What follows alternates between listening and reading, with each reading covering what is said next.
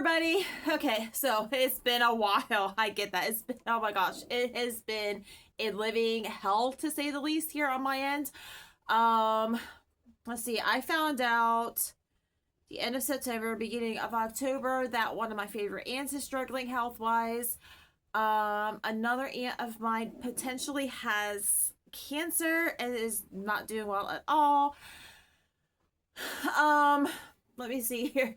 I was in a hospital for almost a week because I literally could not walk. I had left foot drop in the whole 9 yards, and then they freaked out and panicked and thought it was MS because it does run in my family. It's not MS. Like, everything's come back negative so far, and there's no brain lesions. There's no spinal lesions anywhere at all to indicate MS. The symptoms absolutely and utterly do not line up with MS. But I did find out a few things that were a little worse than what I had thought. I had known that I had a herniated disc in my lower back. I found out my entire L4 down to my S1 is full of bulging discs and degenerative disc disease. Beautiful, right? So that explains why my legs were shaky, weak, and all the things, right?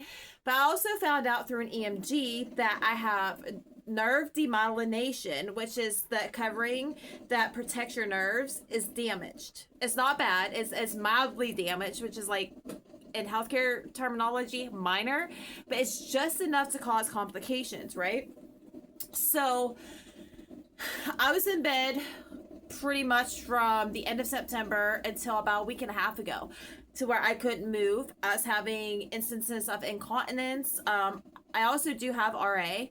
And I couldn't cook. I couldn't clean, like nothing. Like, my whole life pretty much overnight got turned upside down, right?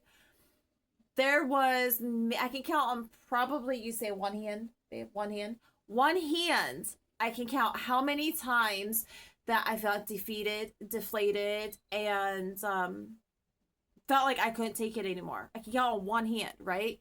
But the entire time, everybody's like, "You're not okay." I'm like, "I'm okay." They're like, "You're not okay." I'm like, "I'm okay." And that is the only thing I can keep saying for like all this time is, "I'm okay." Because deep down inside, I knew I was okay because I knew who was there fighting for me. I had one MRI for over an hour of my brain and my lumbar region with and without contrast. And the MRI tech asked me what I wanted to listen to, right? And I said Chris Tomlin. So while I was in there, some of his songs just made me cry. And all I could do is just keep thanking Jesus for being there and holding my hand, because I'm claustrophobic and I was terrified. They don't usually do a brain scan unless they're like 80 to 95% sure there's something wrong in your central nervous system. Okay? So me and all my wonder with 33 years of healthcare experience, that scared me. I'm not even gonna lie, that scared me. And then it was like a day and a half later, they said that they needed to do a spinal MRI with and without contrast. So when the MRI tech asked what I wanted to listen to, I told him the Casting Crowns. And then I tried not to cry through that, because when you're down and out like that, and you're experiencing a foot drop and you can't do anything, and you're going to the bathroom on yourself because of the nerve issues, it is humiliating, and not in a good way. You feel hopeless. You feel like it's just hell, like literally the gates of hell, okay? And then to sit there and be reminded how much Jesus loves you, that is so overwhelming, because none of us deserves that. That I can't even begin to explain that unless you've been in that situation, right? So now every worship song makes me cry. Worse than before.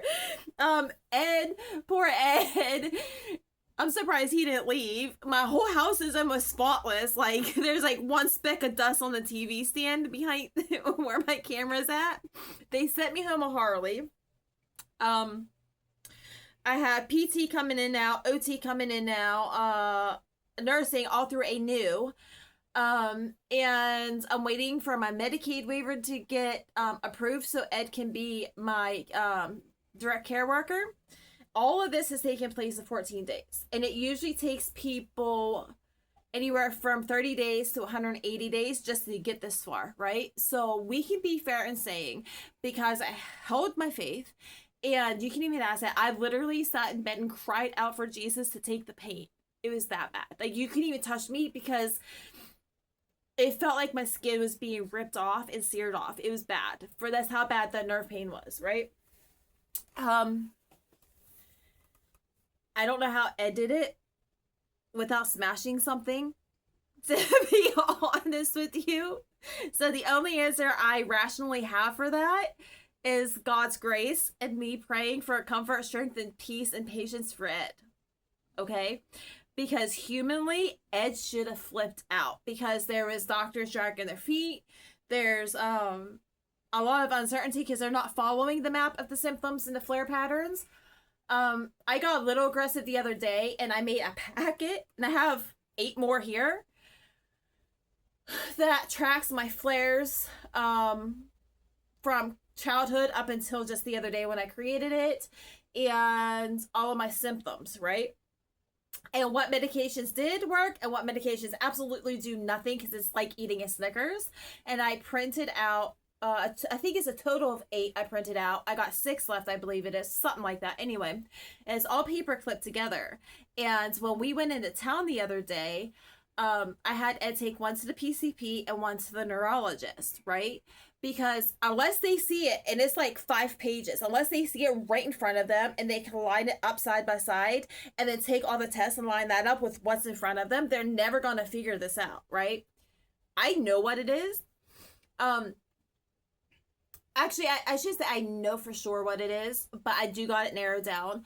About a week or so ago, shortly, it was, I think, the day I got out of the hospital and we went to Walmart. God told me, he goes, I'm not going to heal you in the way you want to be healed, but you will be healed. He said, this is just the beginning. Fair enough. So this is just the beginning of literally everything, of, you know, health complications, everything. But because of my faith, it's not the end. I might become to the point again, and it's going to happen because it's just the pattern of flares, to where I'm down, but I'll never be completely out. I'll never be completely out, because this whole time I've called heaven down and I put Jesus in the middle of it. The song Another in the Fire, I literally lived that from September until today. Today was the first day since September I've been able to get up and walk without assistance, without assistive equipment. I have speech therapy coming in because during the flares I get dysphagia, which is difficulty swallowing, and I started to aspirate. That's beautiful. Trying to think of it all. I told you guys I'd give you guys an update, and that's what I'm trying to do. I should be back this week with some more encouraging videos for you guys, and some love for you guys. So today I was able to put a pot roast in the slow cooker and actually cook for the first time in weeks. Up until today, I was literally sitting on my rollator washing dishes, and after washing like 3 things, I was exhausted because of the nerve stimulation and stuff. And I'm not talking nerves as in like anxiety nerves. I'm talking nerves as in my peripheral nervous system. Okay? Big difference there. Big difference. And believe it or not, despite everything, I had like a huge sense of peace, and I wasn't really too worried. There was moments that started to sneak up and get the best of me. I'm not gonna lie. There absolutely was. Yes. But you can ask Ed as my witness. I sat there and I rebuked it harder than I've ever rebuked anything in my life. And I'm telling you, when James 4:7 says, submit to God and resist the enemy and he will flee, I am sitting here with tears of joy to tell you that's exactly what I did. Because if I didn't do it, honestly, I probably wouldn't be sitting here with you guys now. I needed help showering. I literally have a shower chair and a grab bar and stuff, you know, in the bathroom. And today, like I said, I was able to take a couple steps. Like, I got curious, right? Mm-hmm. So I took a couple steps. I'm like, ooh, this is great. Like my skin don't feel like it's, being ripped off me. It's not burning. I took a couple steps. I have been safely in small spurts walking through my apartment for the first time since September 24th. Okay, since then, without assistance. All I can do is look at Ed and say, watch what I can do, right? I can stand at the sink and wash my hands properly and not get shaky and almost fall over. It was, yeah, that's how it was bad. I'll share some pictures I took whenever I was in the hospital and put them on the community post. So stay tuned for that. Always check the community posts, because if I'm not able to always do a video, I do update everybody through there. Here, Ed wants to say a few things. Tell him whatever you need to tell him. Yeah, it's been a battle. That's an understatement. And it's not over yet. But we're pulling through it. How many times did you pray for me? I heard you pray a couple times. Every day. How many times did you hear me saying grace, pray for you? Especially you're in these moods. It's normal for your moods to plummet when you're going through something physical. But tell everybody watching, or that's going to be watching, how about my faith. Yes, her faith is strong. And my faith is getting there. I've seen huge improvement in you, especially since this has happened. And I haven't left your side. Right. That's impressive, because most people would have left their partner because they couldn't handle to see them suffer like that. I gave up my job.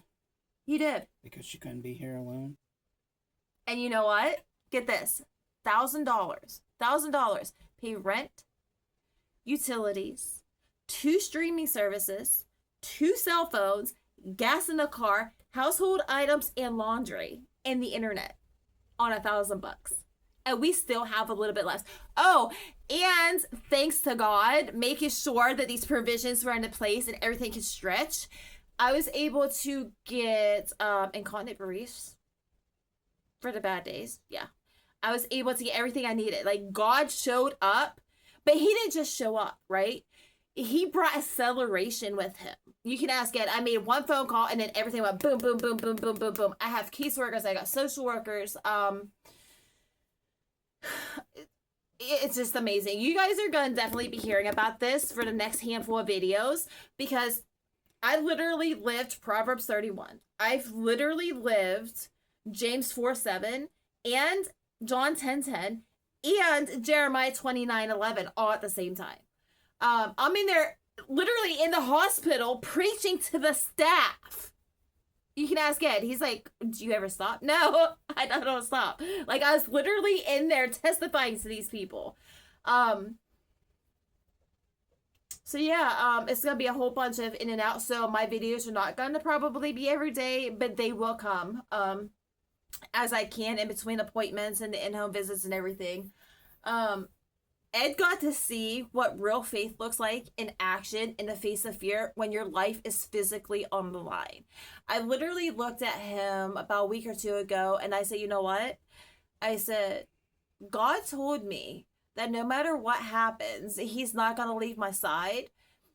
And I said, honestly, I'm ready to go home. I've lived my life. I'm ready to go home, and not in like a suicidal way by any means. I've accepted everything. I've accepted my health, everything. I said, but you know what? When he calls me home and brings my chariot, I'm going. And Ed just like, he looked frightened, like, what? And then finally, it took him a little while to process that. And did you notice rubbing my back? And I am not shaking in pain. Mm-hmm. This is the first day since September that that's been a thing. And it actually feels amazing. So anyway, and then Ed got to see this piece, and like all the doctors and nurses and the entire hospital staff at the Indiana Regional Hospital, they all just like looked at me like, is she taking this serious? Like, is she playing or what?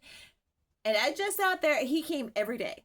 He would stay from 7:30 in the morning. Visiting hours were at 8 in the morning. They didn't invite him. That's God's anointing and blessing there, right? And he stayed until they literally kicked him out at night. He ate hospital food with me for almost a week. He brought me snacks and waters and my pillow, my blanket, all the things to try to make me as comfortable as possible. After the second day in there, I told him I'm going home. They said, you don't know that. I said, I'm going home. They said, you don't know that. I said, trust me, when God says I'm not staying much longer, that means I'm not staying much longer. I'm going home. Oh, well, blah. I said, listen, I don't care. I'm going home. God already told me. And it's like, how do you know this? And everything I've said has come to pass. And I think it scared Ed a little bit because he's like, I just see this look on his face like, I've never witnessed anything like this. And the truth is, with me, he absolutely does. He absolutely will. And he's absolutely going to. God does not stop just because your legs don't work. God does not stop because your back's out. God does not stop because you're scared. Okay? So if you keep, and I don't care what you're going through. I don't care. Because my life was literally on the line. And I'm not even joking. It was literally on the line. They weren't sure of what was going on. And I kept telling them what was going on. They looked at me like they saw a ghost, okay? Which is literally the Holy Spirit moving through them. So I don't care what you got going on. Always. I mean, always call out to God. Because I'm telling you, if I did not do that, I would not be 99% independent today. After the severity of it all, and I would not be ambulatory without assistance. Okay, that's the fact. That's just the matter of fact of it all, right? So like I said, you guys are gonna hear a little bit more throughout some ministry videos, but I don't want to take up any more of your time. It's been almost 20 minutes, so I really hope you guys watch this. If you know anybody who needs any encouragement or just a simple reminder of how powerful God is, tag them in this. Share this with them and ask them to subscribe. If you haven't already subscribed, trust and believe you're going to want to, because like God said, this is only the beginning, right? And that's the beautiful part of it. It's always only the beginning when it comes to God. But here's the thing that I had a revelation of not long ago. It was maybe half hour or so ago. God allowed this to happen. Yes, God can make anything go away if he wants to, right? But just because you're in a valley does not mean he's going to just rip you out, put you up on the mountaintop, and you're going to be good. So I had a revelation, like I said, not that long ago, that God told me the only reason he allowed this to happen it's because he wanted to use me because he knew I was strong enough to handle it, which, to be honest, I really didn't feel like I was all that strong. But that's where, in our weakness, is where his strength comes through, right? And again, we're all living proof of that here in this house. But he also let me know that he allowed it to happen because he wanted to use me to show people that he's still in control. He's still all powerful and all knowing. And he wanted to show people that his hand is on everything. Once I had that revelation with God a little while ago, everything calmed down, like immediately calmed down. And when you're going through something like that, humanly, you want to freak out, right? I really didn't much. Like I said, I had maybe a handful of times, if not less, that I did freak out. I did vent my anger and my frustrations. I admitted that I felt like giving up. I said, but God won't let me give up, so that's not an option. Is literally what I said. I don't know how many times. And it's just like, well, you can't give up. I said, I'm not giving up. I want to, but I can't. God won't let me because God says I have to get through this. And apparently I'm doing well. But yeah, so that's where like the peace that surpasses all understanding comes into play, because I even had severe brain fog, right? To where I was literally getting my words mixed up, right? No matter how hard I tried to do the relationship of the words, I was still getting them mixed up. I literally looked at Ed and I said, turn on the fridge so it gets warm in here. Ask him. Yes. And he's like, turn on the fridge. Don't you think it'd make it cold? I said, you know what I mean? Turn it on. I'm cold. Yeah. So, but listen, my life was in the balance. I was facing something life-threatening. Okay. God cleared it all. Because before I even went to the hospital, I cried and I said, Father, I need you to go into IRMC before I even get there. I'm on my way. Get there before I get there. I said, I need you to work with these doctors. Give them the wisdom and the knowledge to figure this out, because I'm not 100% sure what's going on. I sat there maybe 45 minutes because everybody's like understaffed. Got back there and everything went boom, boom, boom, boom, boom, boom, boom, boom, boom. Now, if y'all know anything about RRMC, you know that never happens. Never happens. And they don't give you any medication, right? They gave me medication. They immediately did stat imaging, which is like on an emergency type basis, and then kept me. It took them 2.5 hours, if not less, to decide they were admitting me. And it's like, I've never seen them move like this. I said, it's not them, it's God. Yeah. It was just amazing. So anyway, I love you guys. And hey, to every last one of you who messaged on the comments, say you're praying for me and you're trying to cheer me up and be there for me, you guys have no idea how much that meant to me and how I laid in bed and cried because I could not do my ministry. Ed seen that, and I think it hurt him too. Like, you guys' love means the world to me. So I want to go because dinner's almost done. I love you guys and stay blessed. You want to say anything? Have a great night.